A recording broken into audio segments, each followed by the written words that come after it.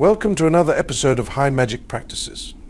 In today's episode, we'll be exploring a crucial aspect of preparing for the Neophyte grade ceremony. We will learn how to consecrate the implements and tools before the self-initiation. Please also be sure to join us in the next episode as we present the actual Neophyte ceremony for your self-initiation. To stay updated with our latest episodes, please subscribe to our channel or follow us on social media. You can find the links in the description. In modern magical orders, initiated students are often trained to create their own implements or tools. Once the implements have been created, there is a significant moment for their full consecration. This ceremony is typically performed during a temple meeting where the initiated student receives the support and guidance of the Hierophant or Hierophadis. This approach offers several advantages. Firstly, the initiated student benefits from the protection provided by the egregor, the collective energy of the temple. Secondly, they receive support from an adept on both astral and etheric levels. This ensures that the ceremony is conducted with the necessary expertise and spiritual authority, thereby enhancing the potency and effectiveness of the consecration. In some traditional Golden Dawn orders, the process of creating and consecrating magical tools is integrated into the student's progression through the elemental grades. For instance, in the Zealitic grade, the student is trained to build and consecrate the Earth Pentacle. Similarly, in the Theoricus grade, the student creates and consecrates the Air Dagger, invoking the powers of air, and so on. Students who created these tools in elemental grades may opt to remake them in the Adept grade, after gaining more insights from their initiatory experience. In contrast, when undergoing self-initiation into the Golden Dawn, the student will not perform the full consecration of implements by invoking the powers of the elements. This is because the consecration of these items is usually reserved for adepts within a temple, who possess the necessary knowledge and experience to carry out the ritual effectively. In the preparation for the self-initiation of the Neophyte grade, probationers may be instructed to set up the temple space and arrange the items according to specific guidelines. However, the actual full consecration is typically not performed by probationers, as it requires a deeper understanding and mastery of advanced rituals. Instead, probationers may perform a simpler purification ritual to prepare the implements for use in their personal practice. It is more of a blessing rite than a full consecration in the Golden Dawn sense of the word. Although it is not traditional to build implements and tools in the outer order, you can create them for your self-initiation ceremony. Creating your own implements and tools can be a valuable learning experience and a way to deepen your connection to the tradition and the initiation process. So as a probationer, you can still create and cleanse them for use in your rituals. According to Chic Cicero, known author of books related to the Golden Dawn, for the self-initiation ritual, the student must provide physical temple implements such as pillars, banners, the altar, temple elements, and lamens for all officers. But we find missing information in his book which doesn't clarify whether implements or tools need to be purified before use. We understand the importance of purifying magical implements before using them. This process helps to remove any unwanted energies and prepares the tools for your personal practice. By doing so, you create a stronger connection with your implements and ensure that they are aligned with your intentions, enhancing the effectiveness of your magical work. In the Golden Dawn, the student usually performs the Lesser Banishing Ritual of the Pentagram LBRP for removing unwanted energies. If you are a member of our Patreon community and would like to learn how to perform the LBRP, we have a helpful video resource available for you. You can access it by visiting the video link in the description. We understand that purifying magical implements before usage is a crucial step in preparing them for your personal practice. To enhance the effectiveness of your purification intentions, we recommend following a technique suggested by John Michael Greer. He is a renowned author and occultist who has written extensively on various esoteric subjects, including the Golden Dawn's teachings and practices. Greer suggests that once you have created your tools, you can cleanse them using natural magic practices. One such method involves the use of holy water in addition to performing the LBRP. Holy water is water that has had consecrated salt dissolved in it, and is typically flicked from the fingers. It serves as an effective tool for magically cleansing a space in your tools, preparing them for use in your personal practice. This approach allows probationers to purify their implements without performing the full consecration reserved for adepts, ensuring that their tools are aligned with their intentions and free from unwanted energies. To prepare holy water, you will need a cup, pure water, salt, incense, ash, and your altar. Follow these steps. Place the cup half full of water on your altar. Also, place a small dish or piece of paper holding a little salt and another dish or paper holding a little incense ash on the altar. Stand at the west of your altar, facing east across the altar. Hold your right hand palm down over the salt. Visualize white light streaming down from your hand onto the salt, and say the following words. May wisdom abide in this salt and preserve body and soul from all corruption. May all phantoms depart from it, so that it may become a heavenly salt, salt of earth, and earth of salt. May it feed the threshing ox and strengthen my hope with the horns of the winged bull. Move your right hand over the ash. Repeat the same visualization and say the following words. May this ash return to the fount of living water. May it become fertile earth. May it bring forth the tree of life. Add the salt and ash to the water at the same time and say, In the salt of eternal wisdom, in the water of preparation, in the ash from which the new earth springs, may all be accomplished unto the age of ages. This completes the consecration of the holy water. Once consecrated, holy water should be treated as a magical substance. If you need to dispose of it, pour it onto the soil so that its energies will be absorbed by the etheric body of the earth. Before performing the self-initiation ritual, you can use the holy water to consecrate your temple, implements and tools to banish any impure energies that may be laying around. To perform such action, we will take a useful example from John Michael Greer.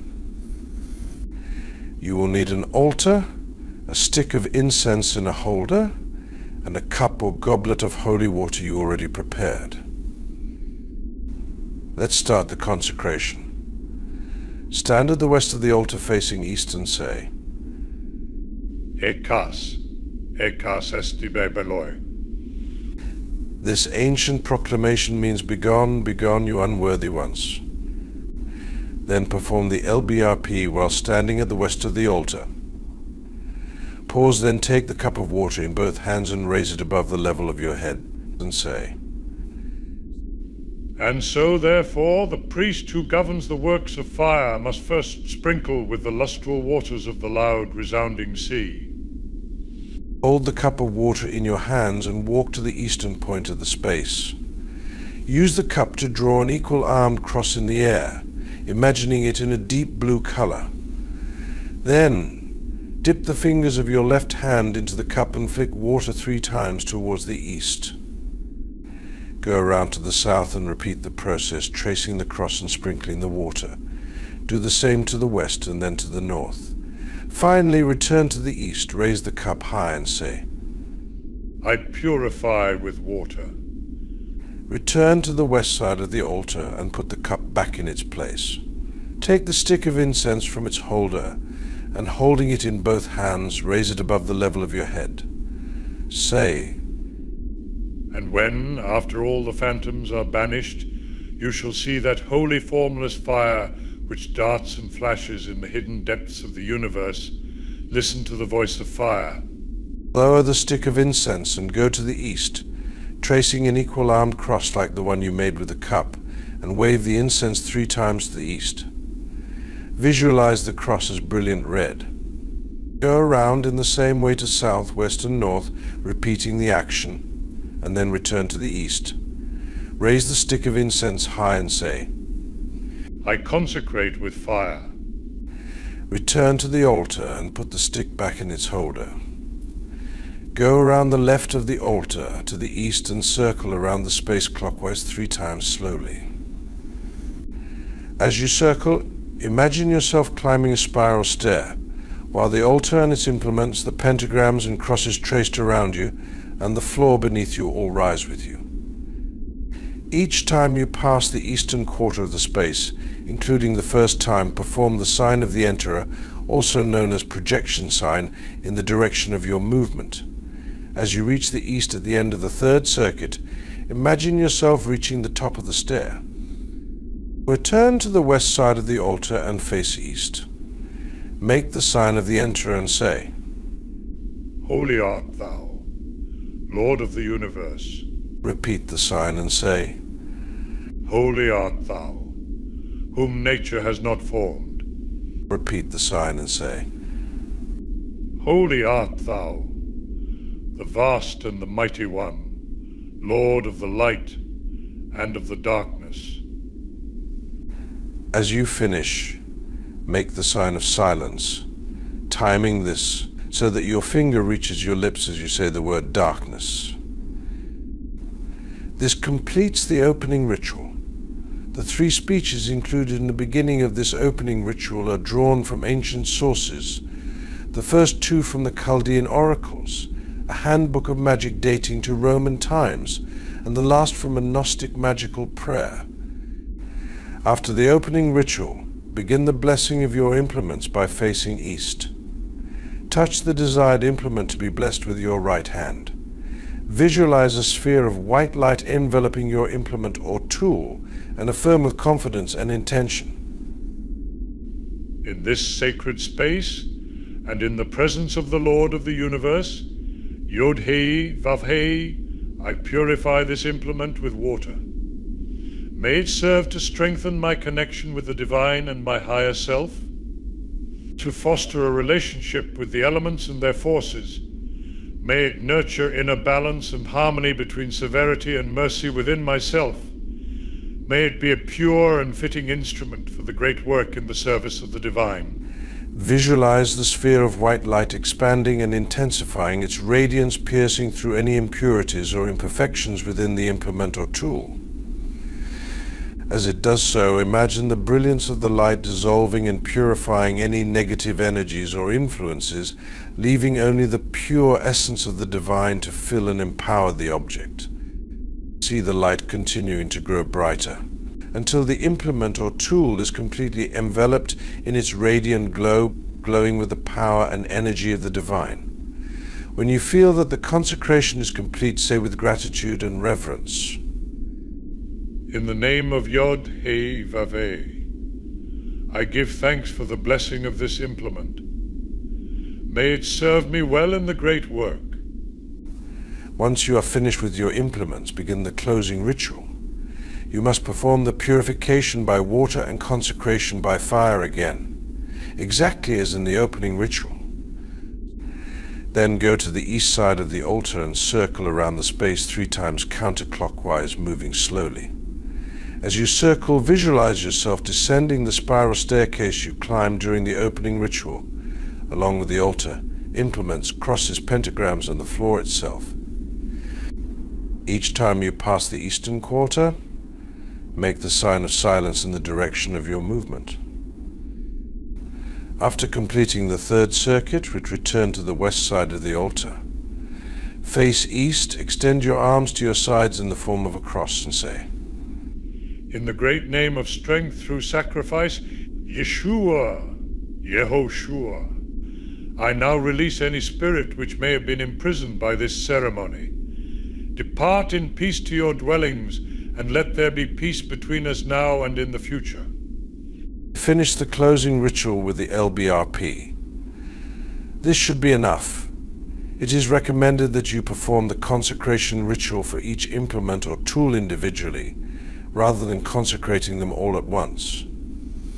This allows you to focus your attention and intention on each implement in turn, ensuring that it is properly purified and charged with divine energy.